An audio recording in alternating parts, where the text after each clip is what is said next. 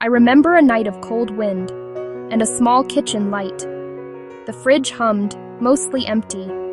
A half-empty jar of mustard, a single lonely carton of milk. My heart raced, a frantic drumbeat. A stack of bills with red overdue notices. A child sleeping soundly in the next room. That child had asked for cereal that morning. I had no money left. The big box store down the road was open late, bright lights like a beacon. It looked warm and full of life. Carts overflowing with food, carts piled with toys, aisles of household goods that make a home. I stood at the entrance, hand on the glass door, hesitating. A hard, sharp choice pressing into me. A choice born from desperation, survival versus right and wrong. Cold air on my cheeks, a colder feeling in my heart. It can come fast, a sudden storm, or arrive slowly, a creeping shadow over time. When you're tired beyond measure, when every door you've knocked on stays shut. One voice, just take it. It's a huge company. No one will even know. Another voice, find another way. There has to be another way. Trust God. Ask for help. Both voices loud in the silence. Both feel urgent, demanding a move. The world holds its breath, waiting. It defines not just what you eat, but who you are becoming. What will you do now? Well, why do good people consider stealing from a big store like Walmart or Target? It is almost never about simple greed or a desire for things they don't need.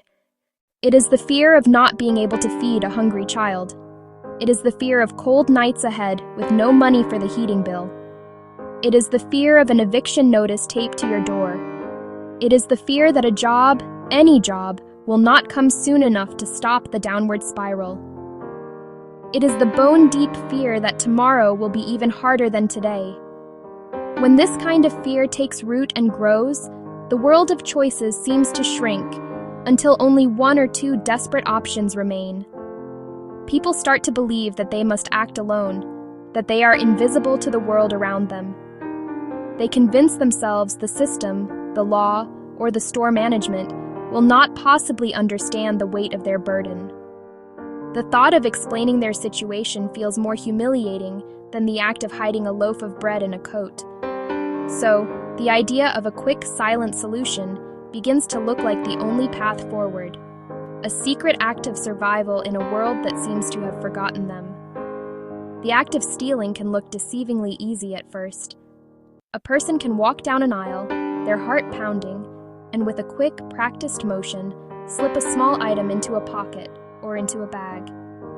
They can then walk through the checkout line, paying for a token item, or simply head for the exit, trying to look casual and calm. For a few moments, they might feel a surge of relief as they leave the store with a small, tangible win. They have the food, they have the medicine, they have the diapers. The immediate crisis has been averted. But this small win rarely, if ever, feels like a true victory. More often, it sits heavy in the chest, a cold stone of anxiety in the pit of the stomach.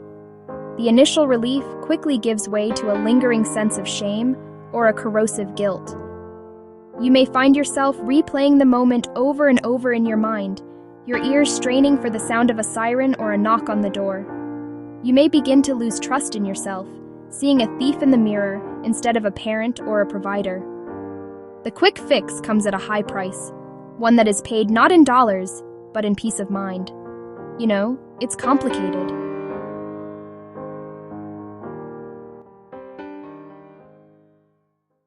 The risk of that small act is very real, and the consequences can be far-reaching. If you are caught, and many people are, you face a cascade of problems. You could face significant fines that you cannot afford to pay, leading to even more debt. You could be ordered to appear in court, a frightening and humiliating experience that may require taking time off from a job you may not even have. In some cases, even a minor theft can lead to jail time. A small, desperate act can suddenly spiral into a legal nightmare that follows you for years. Beyond the legal system, the damage to your future can be severe. A criminal record, even for a minor offense, can close doors that were previously open. Many employers run background checks. A theft conviction can make finding a job incredibly difficult. The act you took to survive unemployment could become the barrier to steady work again. The hope of building a better life can be compromised by a single choice in a moment of panic. The stain of that one mistake can be difficult to wash away. The act also harms others in ways we might not immediately see. You might think of a large corporation as faceless and unbothered, but the reality is more complex. Stores factor theft into operating costs. When theft rates go up, they may raise prices for all customers, making groceries more expensive for struggling families. They might cut employee hours or reduce staff to offset losses. That small act sends ripples outward. There is another path available in that moment of crisis. This path asks for a different kind of hard choice, one that requires not stealth, but courage. It is the path of faith. It asks you to take a step back from the overwhelming tide of fear and to reach out a hand instead of taking something that isn't yours. It asks you to place your trust in a higher power, in the goodness of others, and in the belief that you do not have to face this struggle alone. This path is not about magic. It is about a profound shift in perspective from isolation to connection. Choosing faith does not mean that everything will instantly become easy or that your problems will vanish overnight. Faith is not a guarantee of a life without struggle. Instead, faith is the assurance that you will not have to walk through that struggle by yourself. It provides a steady hand to hold on to when the ground beneath you is shaking. It opens your eyes to the people and the resources that care, resources often hidden in plain sight. Food banks, shelters, community centers, kind-hearted friends and neighbors. When you choose faith, you are not choosing to be weak or passive. In fact, you are choosing to be incredibly brave. You are making a conscious declaration. I will not let fear make my choices for me. I will try the harder thing for a better, more lasting outcome. This bravery might look like making a difficult phone call to a neighbor you barely know. It might look like walking into a church food pantry for the first time, your pride stinging but your hope alive. It might look like scheduling an appointment with a social worker to honestly lay out your needs. It might simply start with a quiet prayer, asking God for the strength and guidance to take the next right step. These actions take immense courage. They require you to be vulnerable, to admit that you need help. They require you to trust that you will be met with compassion instead of judgment. But in taking these steps, you become part of a community, a circle of kinship that can hold you up. Consider the story of a woman named Maria. She found herself with very little money, a small son to care for, and an empty pantry. One night, the thought of taking food from the big store down the street became a powerful temptation. She walked all the way there and stood at the door, her heart pounding. But instead of going in, she made a different choice. She turned and walked 2 blocks in the other direction to a local church, its lights still on. It was late, but, a kind woman was inside, cleaning up after a meeting. She saw the distress on Maria's face and listened to her story. The woman didn't just offer a prayer. She filled a bag with pasta, canned goods, and bread for Maria, and gave her a list: a women's shelter and a community job center. Section 6. 2 paths, 2 destinies. Let us place these 2 paths side by side and look at them clearly. The path of stealing offers a short-term gain. For a single night, the immediate pressure is relieved. You have food in the fridge, diapers for the baby. But this relief is temporary and fragile. It comes with a heavy, long-term cost: constant fear of being caught, the corrosive feeling of shame, the very real risk of a criminal record that could cripple your future opportunities. It is a path that pushes you further into isolation. Deepening the secret: separation from your community, separation from your own sense of integrity. The path of faith, on the other hand, might seem slower and more difficult at the outset. It requires humility, patience, the courage to be vulnerable. The immediate need might not be met in minutes. It might take a few phone calls, a walk to a community center, a conversation that is hard to have. However, this path leads to long-term peace, The help you receive comes without shame. It connects you with people who see your struggle and want to help. It builds bridges instead of walls. It can lead to sustainable solutions. Faith is not abstract. It propels you toward real-world resources. The choice is between a quick fix that creates deeper problems and a slower process that builds a stronger foundation. One path leads to looking over your shoulder. The other lets you look people in the eye. A fuller life, rich with connection, support, and peace. Section 7. Practical steps on the higher road. If you find yourself standing at this crossroads, facing this difficult moment, here are some simple, practical steps you can try. These are not grand gestures, but small, concrete actions that can help you navigate the crisis with your dignity intact. The first step is often the simplest and the most powerful. Just breathe. Take 3 slow, deep breaths. Inhale calm, exhale panic.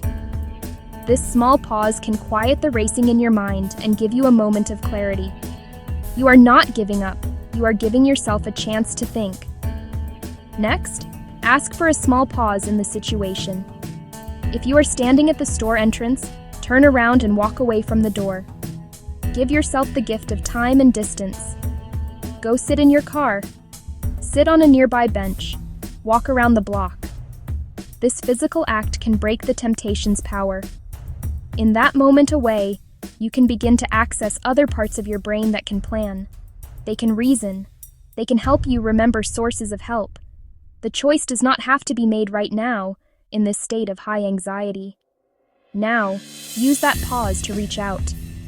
Call a person you trust, a friend. Call a family member. Call a sponsor. Call a pastor. You don't need a perfect speech. All you need to say, "I need some help." A true friend will hear the urgency and listen. Just speaking the problem out loud can lessen its power. That person can offer perspective. That person can offer encouragement. That person can offer practical assistance. They can help you think through a plan and remind you that you are not alone. Finally, begin to look for local, organized help. Use your phone to search for a food pantry, a church, a community center near you. Many provide emergency assistance the same day. Section 8. The community that holds us.